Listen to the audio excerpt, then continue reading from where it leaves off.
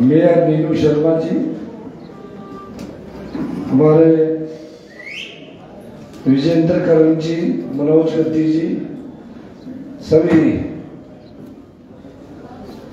इस मकरोड़गंज में आए यहाँ के निवासी बुजुर्ग माताएं, प्यारे साथी, पैर खोलो इसको नीचे।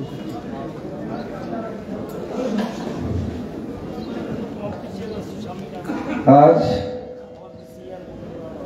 चुनाव की इस पूर्व संध्या पर मैं आपसे कुछ बातचीत करने के लिए आया। आपने कभी सोचा कि लोकसभा का चुनाव तो होना था, तो ये विधानसभा का चुनाव साथ क्यों हो रहा है? क्या ऐसी आंख पड़ी कि जिसको आपने 5 साल के लिए चुनकर भेजा वो दोबारा से 3.5 साल का अगला चुनाव लड़ रहा है? कभी किसी ने ये बात सोची कि 14 महीने जो इस क्षेत्र से बिके हुए प्रत्याशी थे, सुधीर शर्मा जी, उन्हें क्या दोबारा ये चुनाव लड़ने की जरूरत पड़ी? 15 महीने की सरकार थी और 15 महीने की सरकार के बाद धर्मशाला में जो मांगा वो कांग्रेस की सरकार होने के नाते मैंने दिया। वो मांगा कुछ नहीं, मुझे खुद बैठक करनी पड़ती थी। मुख्यमंत्री बनने के बाद मैंने पहली बैठक डीसी ऑफिस में बुलाई और धर्मशाला से संबंधित समस्याओं का जानकारी प्राप्त की। इस क्षेत्र के विधायक 10 मिनट के लिए आए पूर्व में और चले गए। मुझे ये जानकारी मिलती रहती थी कि एक बार जब वो चुनाव जीत जाते हैं, ना किसी का फोन उठाते हैं, मोबाइल स्विच ऑफ रहता है, घर के दरवाजे, बड़ा लंबा गेट है, वो बंद रहता है।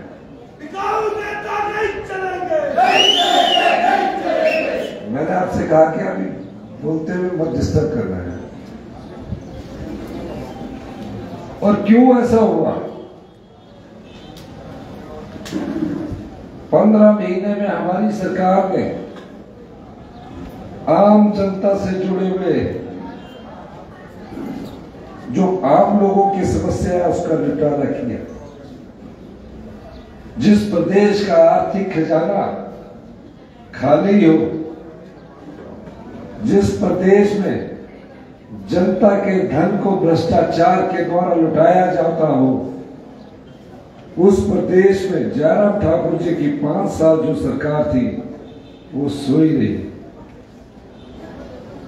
आपका पैसा था, हमने भ्रष्टाचार पर चोट की और देखिए 1 साल के भीतर हमारे जो खजाने में 2200 करोड़ रुपया अधिक आया। ऐसा क्या कारण था कि ये पैसा आपका और जो पूर्व मुख्यमंत्री जी वो भ्रष्टाचारियों के पास लुटाते हैं? प्रदेश की आर्थिक स्थिति को मजबूत करने के लिए मैंने कड़े से कड़े फैसले लिए और कड़े फैसलों का यह असर हुआ कि 20% हमारी अर्थव्यवस्था में सुधार हुआ और धीरे धीरे हमारी अर्थव्यवस्था मजबूत होती चली। मैंने अधिकारियों से कहा कि अब ये जो पैसा है, ये जो आम लोगों तक इस पैसे का बंटवारा होना चाहिए। उन्होंने कहा अभी तो चुनाव हो नहीं रहे, चुनाव तो 2027 में होने हैं। लोगों की याददाश्त बड़ी कमजोर होती है। बांटना होगा तो 2026 में बांटना शुरू करना। मैंने कहा ना तो मैं उनको याद रखने के लिए बांटना चाहता हूं, ना ही मैं राजनीतिक लाभ के लिए बांटना चाहता हूं, ना ही मैं वोटों की हैसियत से काम करना चाहता हूं। ये आज हमने बचाया है। अगर ये ना मैं बचाता तो भी सरकार चलनी थी, धीरे धीरे सरकार चलती रहनी थी। मैं आया, कोई और आएगा, 5 साल काटेगा, आराम से रहेगा। मेरे मन में ये सोच नहीं थी। और अधिकारियों को तनाव होता था। मैंने उन्हें योजना बनाने का निर्देश दिया। 75 साल में आजादी के बाद से कांग्रेस पार्टी ने पहली बार निचले हिमाचल से एक मुख्यमंत्री कांग्रेस पार्टी से बना।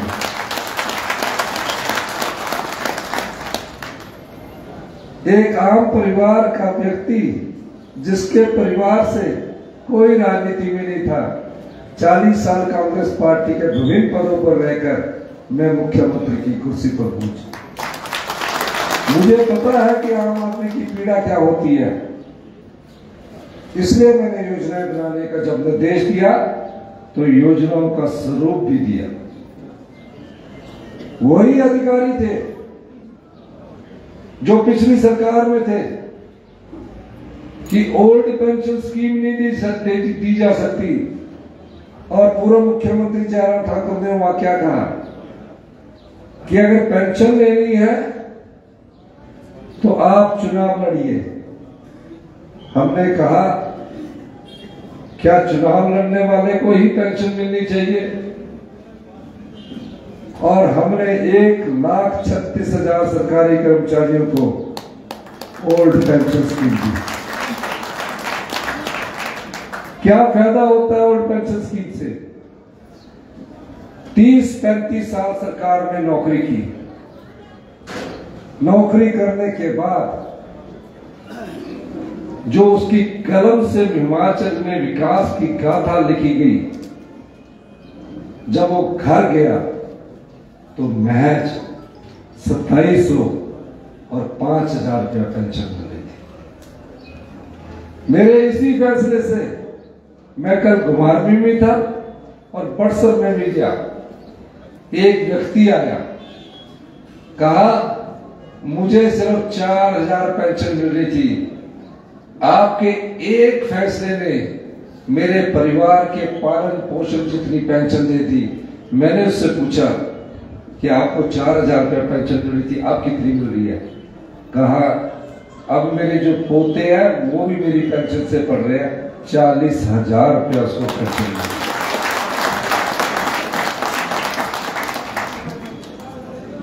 पेंशन से जो सामाजिक सुरक्षा मजबूत होगी उनकी, लेकिन एक बुजुर्ग आदमी की स्वाभिमान की भी बात है कि वो किसी पर निर्भर होकर काम ना करे। फिर उस 2200 करोड़ में से हमने कई योजनाएं लाई, जिसमें 18 साल से अधिक उम्र की बेटी ताउम्र तक उसको 1,500 रुपया हम हर महीना देने जा रहे हैं। इस योजना की शुरुआत हो गई। 2,37,000 वुमेन्स को, महिलाओं को पेंशन मिलना शुरू हो गया। लेकिन भारतीय जनता पार्टी के जयराम ठाकुर और विधायक चुनाव योग थे। चुनाव योग वालों से कहते हैं फॉर्म मत भरिए, और चुनाव योग का जो फैसला है ये भी बड़ा विचित्र है। स्कीम शुरुआत हो चुकी है, लोगों को पेंशन मिलनी शुरू होगी। चुनाव योग ने हमारी इस योजना पर रोक लगा दी, कहा फॉर्म भी नहीं भरने। बाद में जब हमने चुनाव योग वालों के पास वकालत की तो कहा आप फॉर्म भर सकते हैं, पैसे नहीं दे सकते। तो जितनी भी महिलाएं 18 साल से ऊपर की, वो अपना फॉर्म भरिए। हर महीने हम 1500 रुपया देंगे और साल का हम 18,000 रुपया देंगे। इसके लिए बजट में हमने 800 करोड़ रुपए का प्रावधान कर रखा है। कोई भी योजना तब तक सफल नहीं हो सकती जब तक कि इसके लिए बजट का प्रावधान ना किया हो। हमने प्रावधान किया। यही नहीं, अनाथ बच्चे थे, कोई बच्चा अपनी माता को खो दे, अपने पिता को खो दे, उन बच्चों की पीड़ा, दुख बांटने वाला रिश्तेदार होते हैं, लेकिन उनके मन की भावनाओं को हमारी सरकार ने पढ़ा। मैं मुख्यमंत्री बनने के बाद अनाथ आश्रम गया, मैंने बेटियों को देखा, उनके रहने की जगह को देखा, और हमने हिंदुस्तान की पहली ऐसी योजना लाई जहां बेटियों की पढ़ाई का खर्च जिस प्रकार हम अपने परिवार की बेटी बेटे पर खर्च करती है, उन बच्चों को उसी प्रकार की सुविधा हिमाचल प्रदेश सरकार देने जा रही है। और हम बच्चों को पॉकेट मनी देते हैं। हमने उनके लिए 4,000 रुपए की पॉकेट मनी भी निर्धारित की है। हर महीने में 4,000 रुपए पॉकेट मनी मिल रही है। जब योजना धरातल पर आ जाए, आज खुशी इस बात की है कि इस योजना से 4,000 हिमाचल के बच्चे डॉक्टरी की पढ़ाई कर रहे हैं, पीएचडी कर रहे हैं और हमारी इस योजना का नाम उठा रहे हैं। विधवाएं माताएं हैं, विधवा बहनें हैं, अचानक मृत्यु हो जाए, परिवार पर क्या कहा जाता है, कमाने वाला चला गया। हमने इसी बजट से, जो दूसरा बजट है, उन बच्चों की 27 साल तक की उम्र, क्योंकि पढ़ाई में पीएचडी तक 27 साल की उम्र होती है, 27 साल की उम्र तक उनकी भी पूरी शिक्षा का खर्च और हॉस्टल का खर्च हिमाचल प्रदेश की सरकार करे। मनरेगा में काम करने वाले मजदूर है, गांव के लोग हैं, उनकी दिहाड़ी को हमने 60 रुपए बढ़ाकर 300 रुपए कर दिया। सरकारी कर्मचारियों को टीए की 4% की किस्तें दी। पुलिस कर्मियों को 210 रुपए डाइट बनी थी, मैंने 5 गुना बढ़ाकर 1,000 रुपया कर दी। अधिकारी परेशानी महसूस कर रहे थे। पहले क्या होता था, चुनावों से पहले जितनी भी यूएलबी, अर्बन लोकल बॉडीज है, पंचायत प्रधान है, नगर पंचायत है, इनके पैसे चुनाव से 1 साल पहले बढ़ते थे। मैंने उनका विसार, उनका लंबड़दार जैलदार सबकी बढ़ाकर उनका हमने उनको उनके जो हक है वो हक दिया। पटवारी के पास इंतकाल करवाने के लिए, तकसीम करवाने के लिए जूते गिर जाते थे, हमने नियमों में परिवर्तन किया, कानून बदल दिया और 3 महीने में परिणाम देखिए। 10-10 साल से इंतकाल नहीं हुए थे, 3 महीने में 1 लाख इंतकाल, 1 लाख। यही नहीं, धर्मशाला स्मार्ट सिटी की बात करूं, ये सारे काम आपके रुके हुए थे। ये मेरा प्रयास हुआ पर्सनल व्यक्तिगत तौर से कि धर्मशाला को स्मार्ट सिटी का पैसा बनाया जाए। केंद्र सरकार से पैसा नहीं आया, जितना पैसा आना था वो नालियों में लगा दिया। मैंने हिमाचल सरकार के बजट से धर्मशाला के विकास के लिए योजनाएं लाई, उन पर काम चल रहा है। धर्मशाला में सेंट्रल यूनिवर्सिटी का 30 करोड़ रुपया मांग रहे थे, बड़ी बात कर रहे हैं, जबकि देना 15 करोड़ रुपया था। अब रीअसेसमेंट के बाद 15 करोड़ रुपया हमें मिलने जा रहा है। हम वो 15 करोड़ रुपया सेंट्रल यूनिवर्सिटी का जो फॉरेस्ट का है उसको जमा करा देंगे। लूट थी, लूट, कोई देखता ही नहीं था। असेसमेंट कर दी जाती थी, 30 करोड़ बना दिया गया जी। हमने पकड़ा, इस लूट को हमने पकड़ा। तभी 2200 करोड़ रुपया है। शराब के ठेकों की नीलामी हो जाती थी, 160 करोड़ रुपया आता था, हमने नीलामी की, 600 करोड़ रुपया आया। ये सब पैसा आता है। ग्रामीण अर्थव्यवस्था कैसे मजबूत हो, गांव के लोगों के हाथ में पैसा कैसे आए। हिमाचल प्रदेश पहली सरकार बनी जहां न्यूनतम दूध का मूल्य निर्धारित कर दिया गया। 45 रुपए किलो के हिसाब से गाय का दूध सरकार खरीदेगी, 55 रुपए के हिसाब से भैंस का दूध सरकार खरीदेगी। गाय और भैंस के गोबर से जो खेती होगी, उसमें जो गेहूं पैदा होगा, मक्की पैदा होगी, 40 रुपए किलो सरकार गेहूं खरीदेगी और 30 रुपए किलो मक्की सरकार खरीदेगी।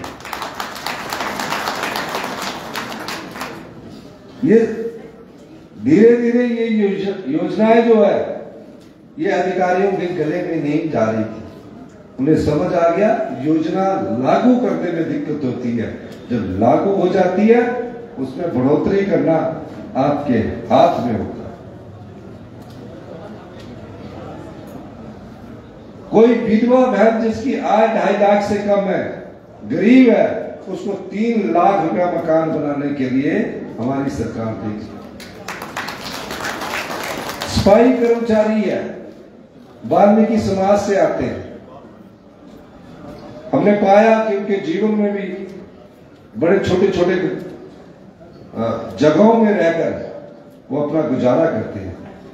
हमने वाल्मीकि आवास योजना की शुरुआत की कि वाल्मीकि समुदाय के जो बेचारे कर्मचारी हैं उनको 3 लाख रुपया हम घर बनाने के लिए देंगे। 3 लाख, क्योंकि लोग तो शहर को सुंदर कर रखते हैं लेकिन उनके रहने के तरीके को हम ठीक नहीं करते। युवाओं के लिए नई योजना लेकर आए, जो भी इलेक्ट्रिकल गाड़ी खरीदेगा, अगर 20 लाख की इलेक्ट्रिकल गाड़ी है, हम उसको 10 लाख रुपया सब्सिडी देंगे और सरकार में लगाकर उसको 40-50 हजार रुपया पर महीना देंगे। 1200 लोगों ने अभी अप्लाई किया, 1200 में, कि डीजल से वो इलेक्ट्रिकल गाड़ी में शिफ्ट हो। क्या फायदा होगा उससे? उसका जीवन सुधरेगा। अभी डीजल पर, पेट्रोल पर 10,000 रुपया महीना का खर्च होता है, तो इलेक्ट्रिकल गाड़ी खरीदने से 1,000 रुपया खर्च होता है। मैं खुद इलेक्ट्रिकल गाड़ी में चलता हूं क्योंकि हमारा पर्यटक सिटी है। पर्यटक सिटी में हमें इलेक्ट्रिकल करना ताकि वातावरण भी हमारा स्वच्छ हो। 70 साल से ऊपर के जितने बुजुर्ग हैं, 70 साल है, हमारी सरकार 25 लाख रुपया तक उनको मुफ्त इलाज की योजना लेकर आई। मतलब घर में बुजुर्ग पीड़ा से ना रहे, उसे सरकार के पास जाना है, अगर कोई बीमारी होती तो 25 लाख रुपया सरकार उनके ऊपर ख्याल रखेगी सेहत का। ऐसी कई योजनाएं हमारे बजट में आए। आजकल नेट का जमाना है, नेट में पढ़कर देख लीजिए। पर हम धर्मशाला के इतिहास में और हिमाचल के आजादी के बाद के इतिहास में बड़ा दुख होता है जब लोकतंत्र की हत्या करने की कोशिश की जाती है। जनता के वोट से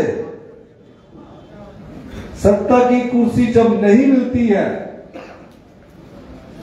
तो भारतीय जनता पार्टी ने नोट के दम से सत्ता की कुर्सी को हथियाने की कोशिश की। ये तो भगवान का शुक्र है कि भगवान हमारे साथ थे, वरना ये लोग पैसे के दम से सत्ता की कुर्सी हथियाने में सफल हो जाते। धर्मशाला को भी एक इस क्षेत्र से बिके हुए प्रत्याशी जो भारतीय जनता पार्टी के कमल के निशान पर चुनाव लड़ रहे, वो भी राजनीतिक मंडी में बिके। उन्होंने आपका वोट लेकर आपके वोट को खरीदा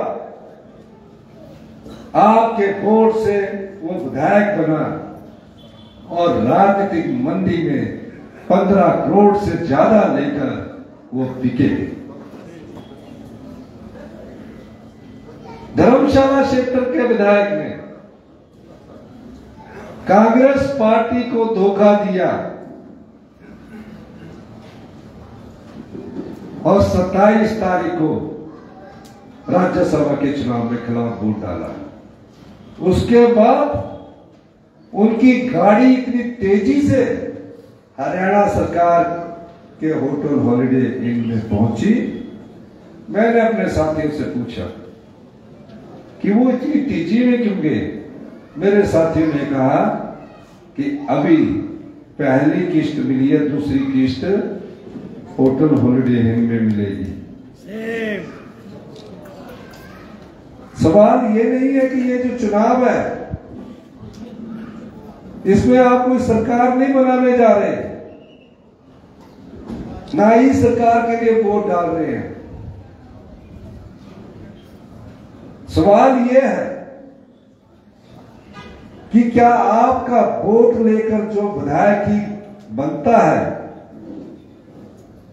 और फिर बिक जाता है और जो पार्टी उसको खरीदने की बात करती है उसको सबक सिखाने का वक्त आ गया है। हिमाचल से एक संदेश जाना चाहिए कि जो हिमाचल की परंपरा है, हम देवी देवताओं के प्रदेश में रहते हैं, जागरूक मतदाता है। जिस भी पार्टी ने जनता की भावनाओं का सौदा किया उसे हम सबक सिखाएंगे और यह समय सबक सिखाने का है। आप कोई मुख्यमंत्री की कुर्सी के लिए वोट नहीं डाल रहे। हमारे पास तो 34 विधायक है, वो 25 है। हमने तो अपने 2 विधायकों को चुनाव लड़ने के लिए बोला, वो चुनाव लड़ रहे हैं। दोनों विधायक चुनाव लड़ रहे हैं, मंडी से विक्रमादित्य और शिमला से विनोद शिवलालपुरी जी। हमने क्या कहा? हमने कहा कि जो लोग बिके हैं वो क्यों 3.5 साल के लिए चुनाव लड़ रहे हैं।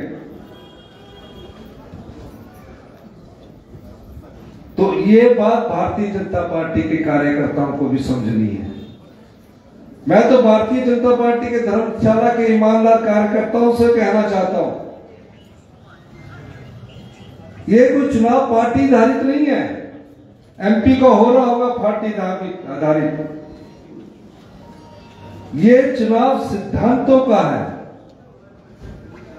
इस चुनाव में लड़ाई ईमानदार और बेईमानों की है, सच और झूठ की है। ये वो चुनाव है ताकि भविष्य की राजनीति में आप ये तय कर सकें, कल कोई भी आपका वोट लेकर अगर विधायक बनता है तो वो राजनीतिक मंडी में ना बिके। ये बात मैं इसलिए कहना चाह रहा हूं, 1 जून को जब आप वोट डालने जाएंगे तो इस बात का ख्याल रखना, भारतीय जनता पार्टी के ईमानदार कार्यकर्ताओं से भी अनुरोध करने जा रहा हूं, यह चुनाव 3.5 साल के लिए होने जा रहा है। हम 2022 में चुनकर गए थे, यहां का बिके हुए प्रत्याशी भी 2022 में चुनकर गए थे। जो भारतीय जनता पार्टी के विधायक बिके प्रत्याशी है, वो जब हाथ के नहीं हो सके तो कमल के क्यों होंगे। वो हाथ को धोखा दे चुके हैं, कल कमल को भी धोखा देंगे। इसलिए इस चुनाव को वो पार्टी धारित न लड़े।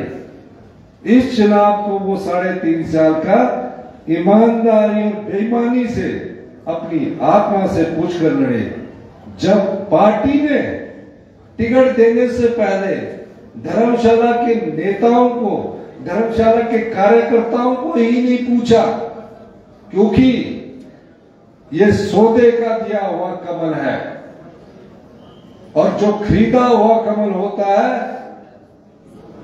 वो कमल कहीं भी वो बेच सकता है। जो हाथ का ना हो सका वो कमल का क्या होगा, ये मैं कहना चाहता हूं।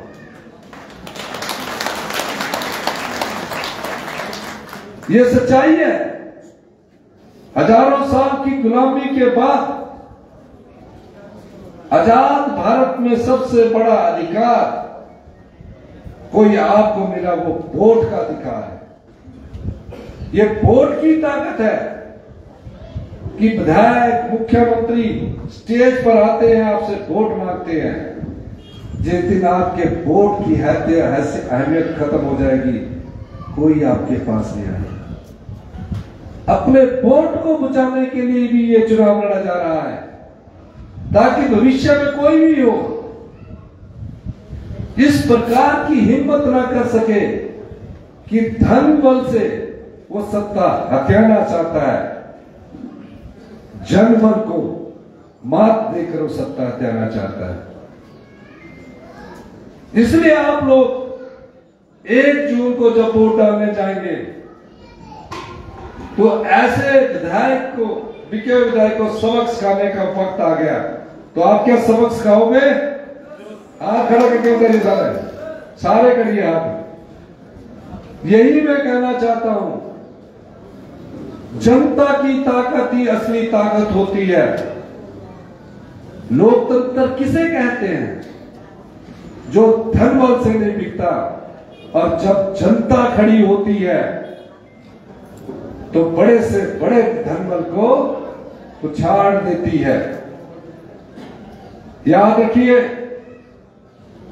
आज हम मुख्यमंत्री हैं, भविष्य में और होंगे, लेकिन अगर जनता अपने वोट को बचाना चाहती है तो 1 जून को जिन लोगों ने 6 विधायक खरीदे, उनकी जमानत जब्त होनी चाहिए आपके रिश्वत पर। और यही भाजपा बीजेपी के ईमानदार कार्यकर्ताओं और नेताओं से मेरा अनुरोध है। 3.5 साल के लिए चुनाव होने जा रहा है,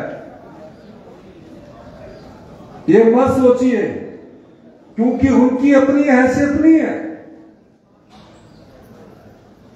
इसलिए उन्होंने आपके कमल को खरीदा है। इसलिए उन्हें वक्त आ गया है कि जिन्होंने एक राज्यसभा की सीट चुराई, चारों लोकसभा में उस पार्टी को भी सबक सिखाना है। अगला चुनाव होगा, कमल और हाथ के मुकाबले का होगा। इन 6 सीटों पर तो हाथ जीत कर गया है। आपका अपना प्रत्याशी होता तो लड़ते, जिससे आप 14 महीने पहले लड़ रहे थे। और बाई चांस, भगवान ऐसा कभी करेगा नहीं, अगर बाई चांस गलती से जीत भी गए, 3.5 साल हमारी सरकार है, कोई भी उसका बाल भी बांका नहीं कर सकता, क्योंकि बीजेपी ने 1 महीना बाहर रहकर ईमानदारी को खरीदने की कोशिश की। जो 34 विधायक थे, 1 भी नहीं हिला, क्योंकि वो ईमान नहीं बेचा। यहाँ के विधायक ने पैसों के लिए अपना ईमान बेच दिया। इसलिए 1 तारीख को आप सब लोग देवेंद्र जग्गी जी के पक्ष में वोट डालेंगे और इनको सबक सिखाएंगे। आप करेंगे डालिए। और हमारे यहां से जो हमारे प्रत्याशी है, अनंत शर्मा जी, जो लोकसभा सदस्य के प्रत्याशी है, मैं चाहूंगा, उनके राष्ट्रीय स्तर के नेता है, अगर वो जीत करके यहां से जाते हैं, मैं दावा कर सकता हूं कि कांगड़ा के लिए बहुत बड़ा योगदान और कांगड़ा के लिए बहुत बड़ा आपका सहयोग उनके लिए ओवर कांगड़ा का विकास उनका ध्येय होगा। जब वो राज्यसभा में थे, फैशन टेक्नोलॉजी का इंस्टीट्यूशन लाए, टी बोर्ड का रीजनल ऑफिस लाए, कंदरोड़ी का आपका 150 करोड़ का और संस्थान लाए, ये सब चीजें लाए, पासपोर्ट कार्यालय लाए। अंत में ये जो 1 जून का चुनाव है, ये उनको सबक सिखाने के लिए जो आपके वोट को खींचने की कोशिश जो पार्टी करती है।